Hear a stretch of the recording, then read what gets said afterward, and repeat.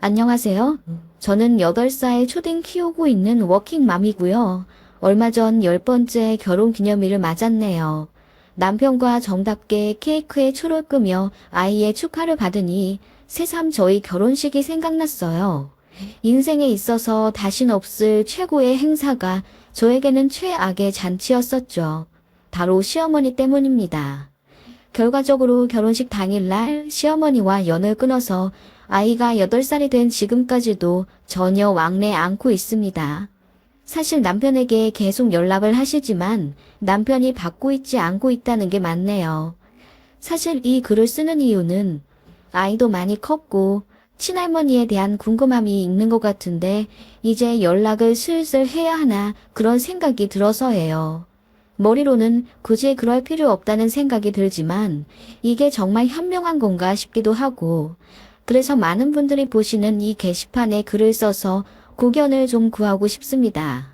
이대로 쭉 연을 끊고 살아도 되는 건지요? 그럼 이야기를 시작할게요. 저는 남편과 4년 연애 끝에 결혼했습니다. 남편이 대학원 다니고 있을 때부터 연애해서 졸업하고 바로 연구원으로 들어가자마자 프로포즈 받았어요. 남편이 대학원 간다고 했을 때 남편 집에서 엄청 반대를 했대요. 남편은 명문대생이었는데 사립대학교에 공과대학이라 대학 등록금도 높은 편이었거든요. 그 때문에 빨리 취직이나 하라고 압박을 주셨다네요, 집에서.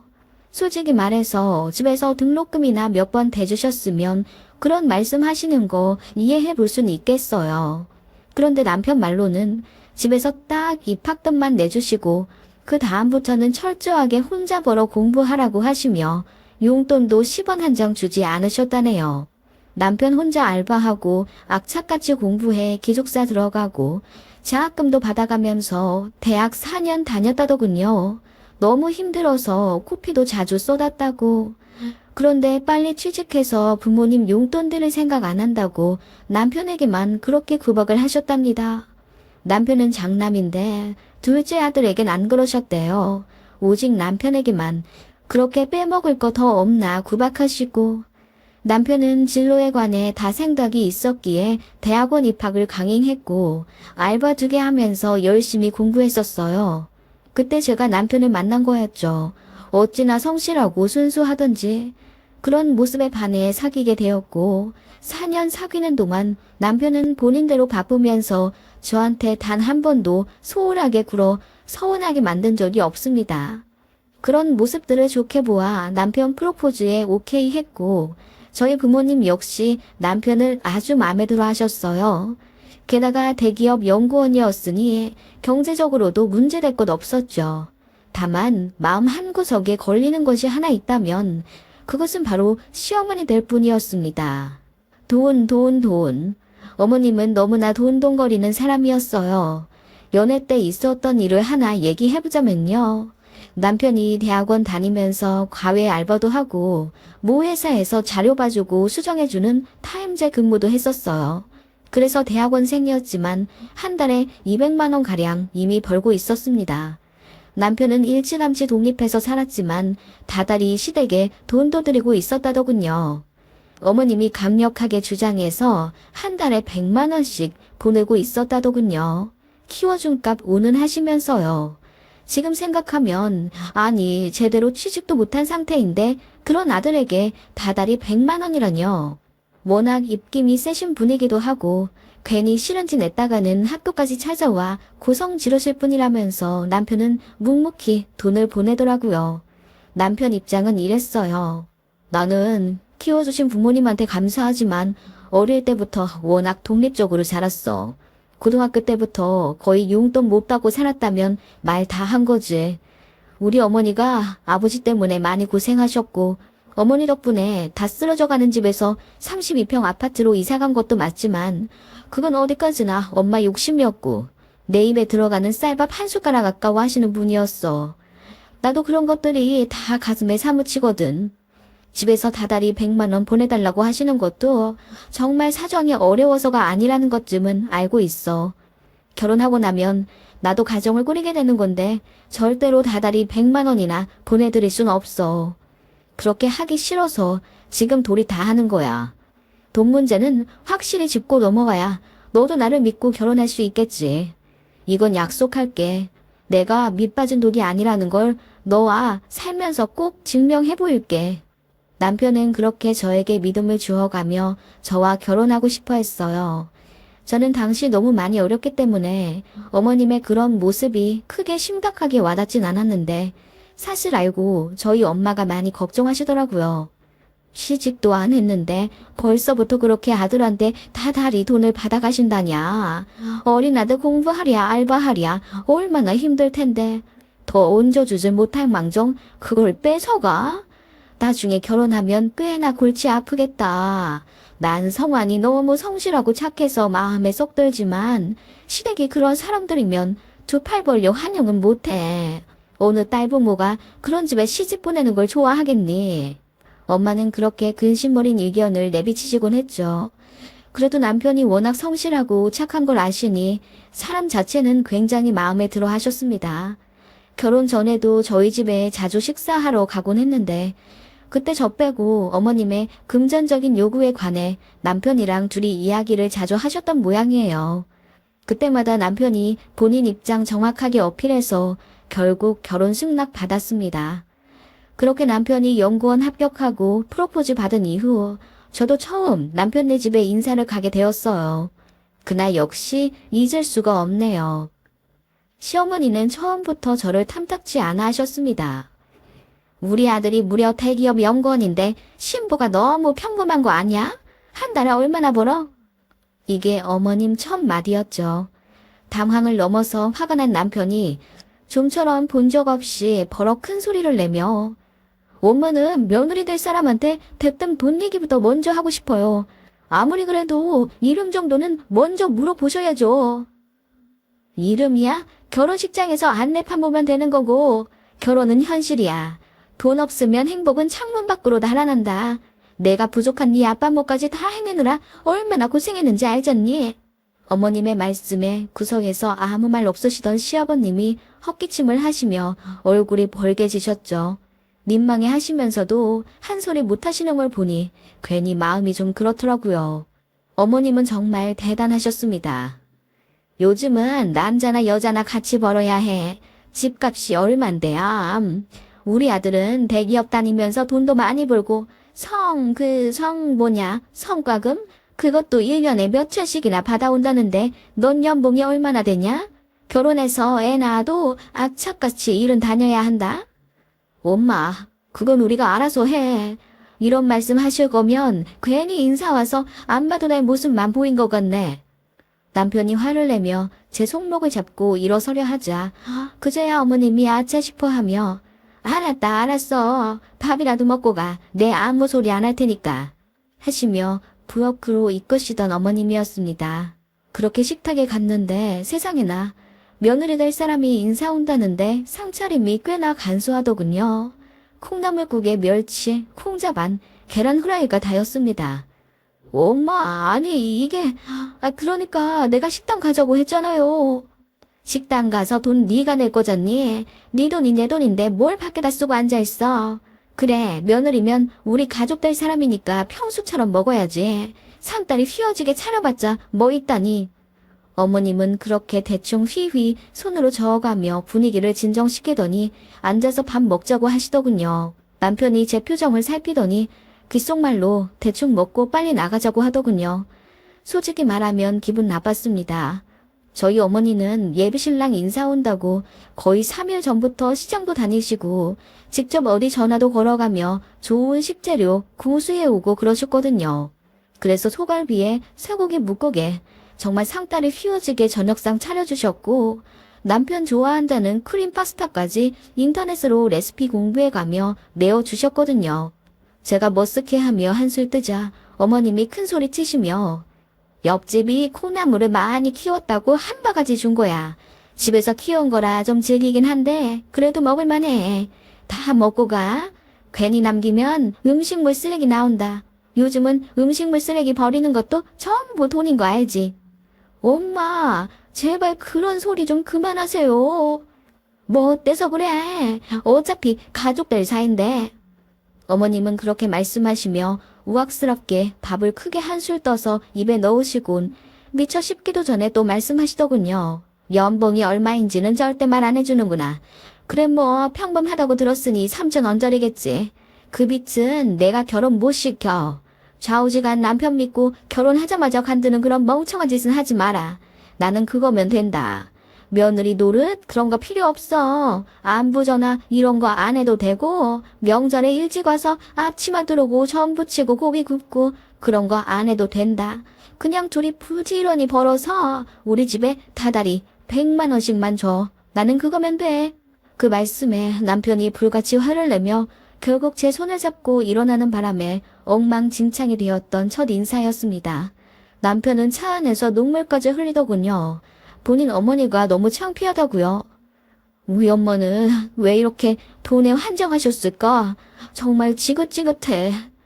그렇게 울면서 한탄하던 남편 모습이 아직도 기억나네요. 그 이후 남편이 어머님과 따로 얘기해서 결혼 생활하며 100만 원 드리기로 한 건 없던 일로 마무리 지었고 대신 구정, 추석, 시부모님 생신 때 50만 원씩 드리는 걸로 합의했다네요. 그렇게 하지 않으면 영 끊겠다고 으름장을 놓았다더군요. 신혼집은 남편과 제가 모아둔 돈과 일부 대출받아 전세에서 시작하기로 했습니다. 사실 저희 친정 부모님께서 얼마 보태주신다고 하셨는데 안 받았습니다. 솔직히 시댁에서 지원 한 푼 안 해주시는데 굳이 받아야 하나 싶기도 하고 남편 직장에서 전세자금 무이자 대출 받을 수 있어서 1, 2년 빡시게 모으면 금방 갚을 수 있었거든요. 남편도 손 내어가며 안 받겠다 하고 본인이 담배 끊어가며 돈 아끼고 많이 벌겠다 하더라고요. 남편이 저에게 미안했는지 웨딩홀부터 신혼여행까지 전부 본인이 낸다고 저는 결혼 준비 과정에서 택시비 10,000원 한 푼 못 쓰게 하더군요. 그렇게 결혼 준비를 거진해가며 상견례를 했는데 아니나 다를까 시어머니가 또 돈 얘기를 꺼내시며 이러시더라고요. 나는 우리 장남이 국민연금이나 다름없었어요. 적어도 월 100씩 받으면서 키워준 노부를 돌려받고 싶었는데 결혼하면서 돈을 끊을 거라네요. 시색시랑 잘 먹고 잘 살겠다면서. 엄마, 무슨 그런 말씀을 여기서. 얼굴이 벌게져서 어찌나 화를 내든지. 근데 생각해보니까 내가 너무 받으려고만 해서 그런가 보다 싶더라고요. 그래서 얘네 신혼집에 돈을 좀 보태주려고요. 그 말에 저희 친정 부모님도 당황하셨죠. 애들 집에 얼마를 보태주실 건가요? 일단 3천만 원 보태주려고요. 많이 넣어줘봤자 요즘 애들은 고마워도 안 하거든요. 3천이요? 네. 그리고 애들 하는 거 봐서 더 보태주든지 그래야겠어요. 우리 아들 이모가 이렇게 돈도 나눠서 주고 그래야지 애들이 무시 안 하고 잘한답디다. 사부인도 그렇게 하세요. 애들 너무 돈 한 번에 줘버릇하면 당연한 줄 압니다. 그렇게 큰 소리 치시며 3천만 원 보태주신다고 하신 시어머니셨고 남편은 그 돈 받기 싫어했어요. 그런데 시어머님이 남편 회사까지 찾아가서 돈을 쥐어주셨다네요. 아무튼 그렇게 조금 황당하게 결혼식까지 시간은 흘렀어요. 결혼 준비 과정에서도 시어머니와의 많은 일들이 있었지만 다 쓰기엔 길고 바로 결혼식 날로 이야기 넘어갈게요. 진짜 대박이거든요. 대망의 저희 결혼식 날. 저는 너무너무 정신이 없었고 상대적으로 덜 바쁜 신랑이 돈 처리나 행사 진행 처리 같은 걸 도맡아 해줬죠. 막힌 것 없이 술술 흘러가는 결혼식이었고 그렇게 행복하게 마무리되나 싶었는데 문제는 패백장에서였습니다. 친척분들까지 모두 모시고 패백만 하면 저희는 이제 인천공항으로 가기 때문에 너무너무 설렜었어요. 그렇게 웃으면서 패백하고 있었는데 시어머님 표정이 잔뜩 구겨져 있으시더라고요. 오죽하면 사진기사가 아니 아들 장가 보내는 게 그렇게 서운하세요? 좀 웃으세요 신랑 쪽 어머님. 이렇게 농담하실 정도였어요. 좀 뚱한 데가 있으신 어머님이긴 했지만 그렇게 대놓고 사람들 앞에서 기분을 드러내진 않으신 분인데 정말 심기가 잔뜩 불편하신 모양이더라고요. 참다 못해 사람 없는 곳에서 제가 여쭙습니다. 어머님, 무슨 불편한 일 있으세요? 너는 내가 시애미로 보이지도 않느냐? 네? 그게 무슨 말씀이세요? 다짜고짜 그렇게 말씀하시는 시어머니 때문에 순간 정신이 멍해졌어요. 제가 무슨 실수를 했지?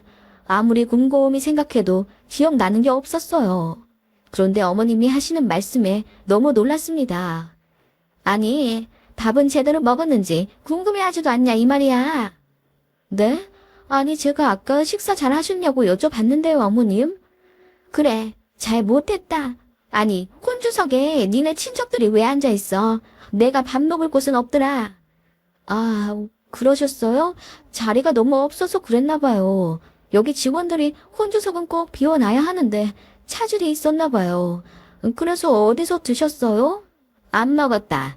그거는 네가 잘 알아서 챙겨야지. 무슨 직원 핑계를 댄단 말이야. 너 내가 꼴랑 3천만 원 줬다고 무시하는 거지? 네. 어머님 그럴 리가요. 저 너무 바빴어요. 식 끝나자마자 사람들한테 인사하고 옷 갈아입고 바로 패백하러 지금 들어온 거예요. 저는 지금 물 한 잔도 제대로 앉아서 못 먹었어요, 어머님.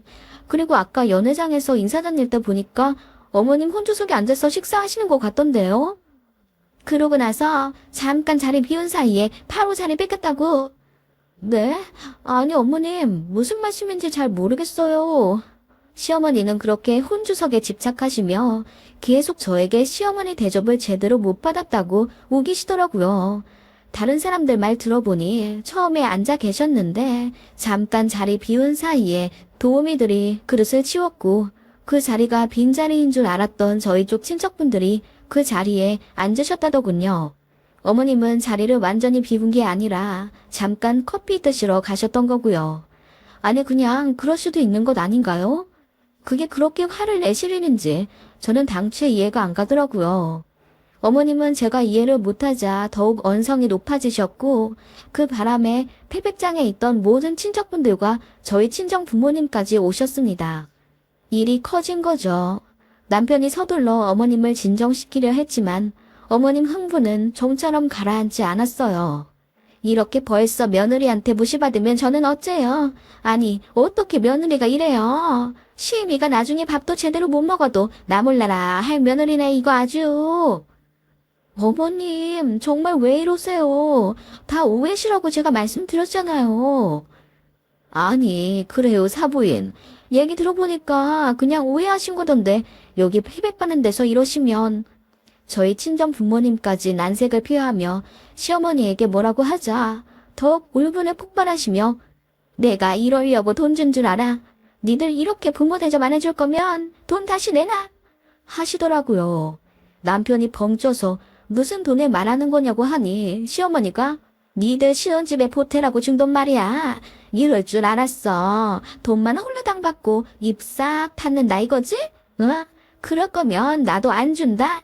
엄마, 진짜 여기서까지 1억이야? 남편이 어금니를 꽉 깨물며 어머님에게 말하자 어머님이 이러시더군요.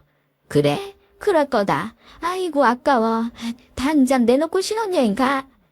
엄마, 그 돈을 지금 당장 어떻게 드려? 아 그래, 그럴 테니까 여기서 이러지 마.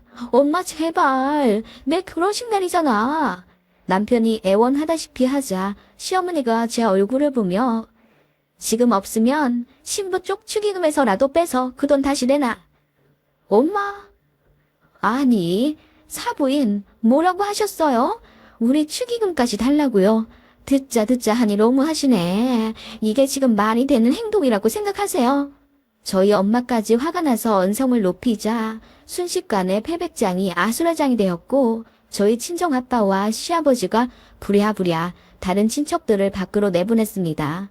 저번에 인사 갔을 때는 돈만 주면 안부 전화 안 해도 되고 명절에 전이며 튀김이며 며느리 노릇 안 해도 된다며 쿨한 모습을 보였던 시어머니가 고작 혼주석에 당신 자리 잠깐 빼앗긴 걸로 길길이 날뛰며 줬던 돈까지 도로 물으라 난리 치시는 게 저는 도저히 이해가 가지 않았고 저 포함 친정 부모님까지 굉장히 불쾌해 하셨습니다. 남편이 시어머니를 급하게 잡아 끌고 사람 없는 곳으로 모시고 가서 화를 막 내더군요. 엄마, 정말 1억이야? 대체 왜 이래? 무슨 신부 쪽 축의금을 내놓으라 마시라 이러는 거야. 내 축의금 다 가져가셨으면 됐잖아. 엄마, 제발 돈 가지고 그만해. 이러는 거 마지막이야. 뭐, 마지막, 나랑 전연을 하겠다 이거냐? 그래, 나는 엄마랑 연 끄고 사는 것까지 생각했어. 나 혼자 사는 거라면 모르겠지만, 나 이제 가장이야. 내 와이프도 있는데, 내가 다달이 엄마한테 돈 들이면서 전전긍긍하고 살아야겠어? 엄마가 형편이 어려운 것도 아닌데, 왜 그렇게 나한테서 돈 못 뽑아 먹어서 안달이야? 내가 ATM기냐고?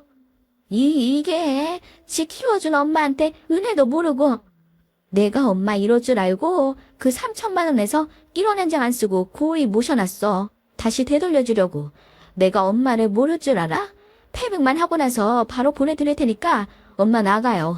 나도 이제 못 참아. 네가 못 참으면 어쩔 건데? 그래, 연 끊는다고? 그놈의 돈. 어떻게 아들 결혼식장에서까지 이래? 그만하고 나가세요. 그렇게 남편이 어머님 등을 떠밀어 태백장 밖으로 내보내고 씩씩거리며 들어왔습니다. 한순간에 분위기는 싸해졌고 남편이 저희 부모님에게 90도로 인사하며 사죄하더군요. 시어머니 때문에 저 스트레스 받게 하는 일 없을 거라며 믿어달라고 하는데 저희 아버지께서 남편 등을 토닥여 주셨습니다. 알고 보니 시어머니는 3천만 원 주신 이후에 계속 남편으로 며느리 될 애가 고맙단 인사를 제대로 안 한 게 너무 불쾌하다 하셨답니다. 저 분명히 감사하다 인사드렸거든요. 백화점에서 명품 화장품 세트도 50만 원짜리 사서 보내드렸고요. 물론 3천만 원 없어서 아쉬웠던 적은 없습니다. 저희 능력이 없는 것도 아니었고 전세로 시작해도 충분하다는 생각이었거든요.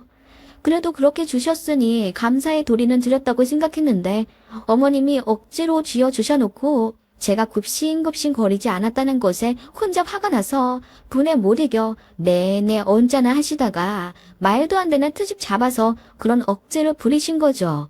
네, 저희는 정말로 연 끊었고요. 남편도 절대 연락 안 하고 시아버지만 따로 뵙고 그랬어요. 그리고 명절에 저희는 여행 갔습니다. 저희 어머니도 굳이 먼저 모자 사이 화해시키려 들지 말고 가만히 있으라고 하시더군요. 뭐 저도 같은 생각이긴 했는데 아이가 태어나고 그 아이가 점점 커지자 친할머니에 대해 알고 싶어 하더라고요. 솔직히 저야 며느리지만 남편에겐 천륜 같은 사이인 어머니인데 정말 이대로 연 끊고 살아도 괜찮은 건지 새삼 짚고 넘어가고 싶기도 하고요. 어머님은 여전히 그대로이실까요? 이대로 남편 말대로 쭉 연락 안 하고 사는 게 낫겠죠? 여러분들의 생각이 궁금합니다.